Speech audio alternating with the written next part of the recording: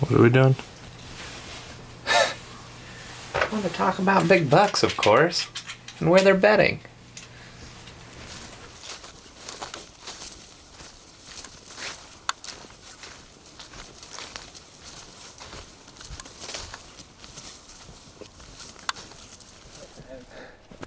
It's January 22nd, and myself, Brody. It's January 23rd. Jake, Brody, and I are going to scout the spot where Greg and I encountered a big buck back in late October. But we're going to kind of explain our strategy for our setup up there and then kind of fine tune it, pick a little bit better tree where we feel like we're going to be in the action a little bit better. But along the way, we're also going to scout out.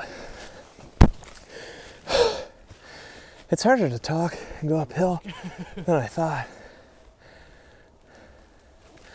But along the way, we're gonna go up through here and we're gonna go check out these bedding areas on these hillsides. This area has got a lot of big timber on it compared to most of the surrounding areas and the other properties that we hunt. So we'll talk about the bedding and talk about how we're gonna set up for cruising bucks up in these hills during the rut.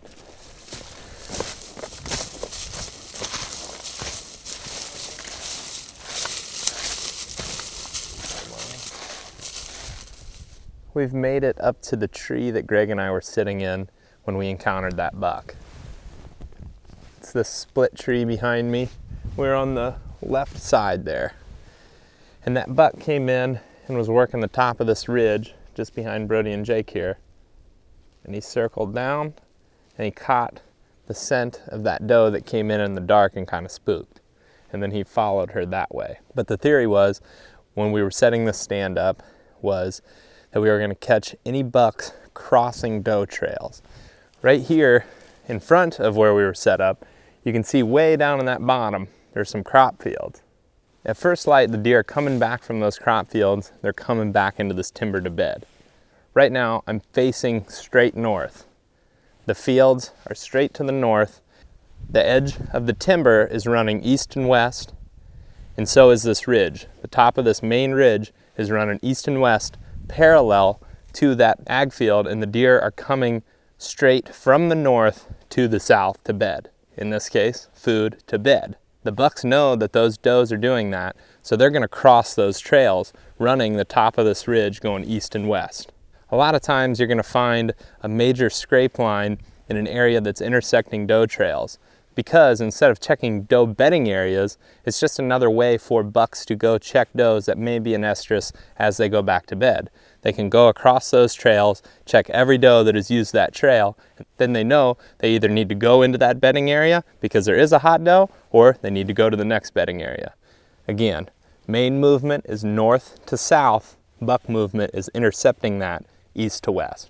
We think this tree is in a really good spot. There's a lot of bedding around it, and obviously a mature buck traveled through here in late October during daylight, but we wanted to come in here, just scout it a little bit better and see if we couldn't find a couple different setups using the same strategy. And we're also going to scout a few more little secondary hills that we've never really looked at before. So we're going to leave this spot and we're going to start going west. So we're going to just keep walking parallel with this crop field that's down here, and we're just going to go across these secondary ridges and see if we can't find a really good intersection of two trails where the does are coming up and the bucks are crossing.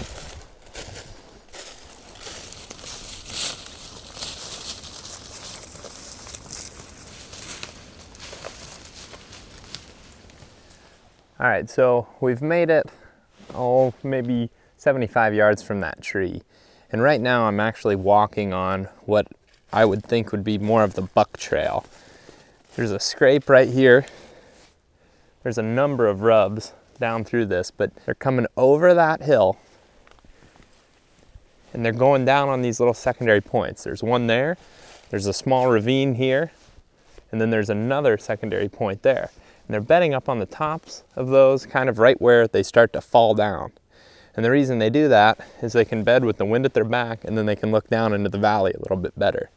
Right here on this upper third of this ridge, there's a trail, and it's not always the highest used trail. Obviously, the bulk of the deer are coming from those crop fields from north to south, and the bucks are traveling east to west. They're not doing it as often as those does are going from north to south, so it's a small trail, and sometimes it's hard to pick up on. But a lot of times that's where your buck sign's gonna be. Like right now, I see one, two, at least two rubs right here, and then there's a big scrape back there, all right on generally the same path. It may not be a bunch of deer every day traveling on this trail, but during the rut, that's where those bucks are gonna be. They get right on that wind tunnel where the wind's coming over the top from the north, wind spiraling over the top, thermals are coming up from the ditch, and those bucks are traveling right here. Man, I'm finding buck sign everywhere. Now I see another rub there. This is a scrape here. There's this other big rub down here.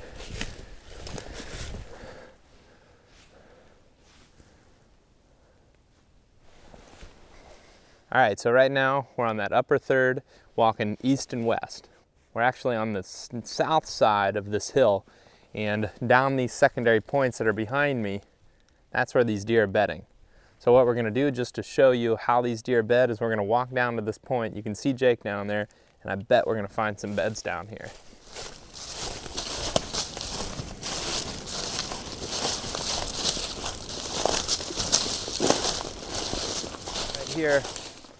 Right here is our first bed that we found, and they can face out of this bed and they can see two other secondary ridges. This deer is bedded right up against these trees for a little bit of horizontal cover, and another time you'll find beds on these hillsides like this is right under a downed tree. A lot of times that makes for some good cover. That deer can tuck up into that downed tree, they'll bed there and look right out of it. This isn't a super thick area, as you can tell around me. There's just a little bit of rows out here where the canopy's been opened up because of this select cut, but deer bed with the wind at their back, looking right down the hill. Everywhere that you look at in hill country, that's the way these deer are gonna bed. Well, we've walked about 400, 500 yards. Yeah, probably 400. From where Greg and I were set up, and we found what we think could be a really good setup for the rut. Now, there's a number of setups through here that we found, but just generally speaking, again, we've got this main ridge running behind Brody with the camera that's running east and west, and these secondary points that go out to the south. And how many beds have we found out on those secondary points? Especially in spots where it gets more dense than it is in other spots. Like we've talked about, they're bedding in the open spots, but it seems like if you find a spot that's more dense, there's a ton of beds in there. So on a north wind, the wind would be blowing from behind the camera down over these secondary ridges. So with that wind, these deer are going to be coming from the crop fields and going back over the main ridge to kind of get out of that wind, but also have it to their advantage so they can bed it with it at their back and then look down the hill. The bucks, when they're going to be checking these does, they're going to be crossing those trails that are coming from the crop field to the beds. And where we're at right now, I think, is a really good spot to intercept them. Yeah. There's a little ditch right here, and those deer are coming from the ditch that's over on the other side of the main ridge, coming right up and over and going out, and there's tons of beds, only, what, 50 yards down there? So I think this tree or that little group of oaks right there would be good because you're right in the middle of it. You're right where all these things kind of intersect. So if a buck wants to check those, he can just go right through here, check, trail 1, 2, and 3, and if there's nothing on there that he's interested in, he just keeps going. Mm-hmm. And even where we're at right now, we know it's going to be a good spot, but we're still probably going to have to fine-tune the specific tree. For sure, and I think the nice thing about an area like this, where you've got a fairly uniform area, is you got a number of different places you can try. I mean, there's a bunch of these little valleys kind of that intersect. It's an aggressive sit. You're right in the deer's bedding area, but that's why it's important to try to find as many spots like this as possible. Yep. That way you can just be really aggressive 1, 2, 3 times a year and then scratch it and go to a different spot. Yep. We feel like we've accomplished our goal of finding another location to set up on for these deer, kind of using that same strategy of bucks crossing doe trails. There's a lot to scout yet. There's tons of places that we want to check out for early season, and there's still a number of places that we could check out in this big block for the rut. But we're going to burn it out of here. We'll be back in this area at some point during the off season to look for some more sign. It's a cool place.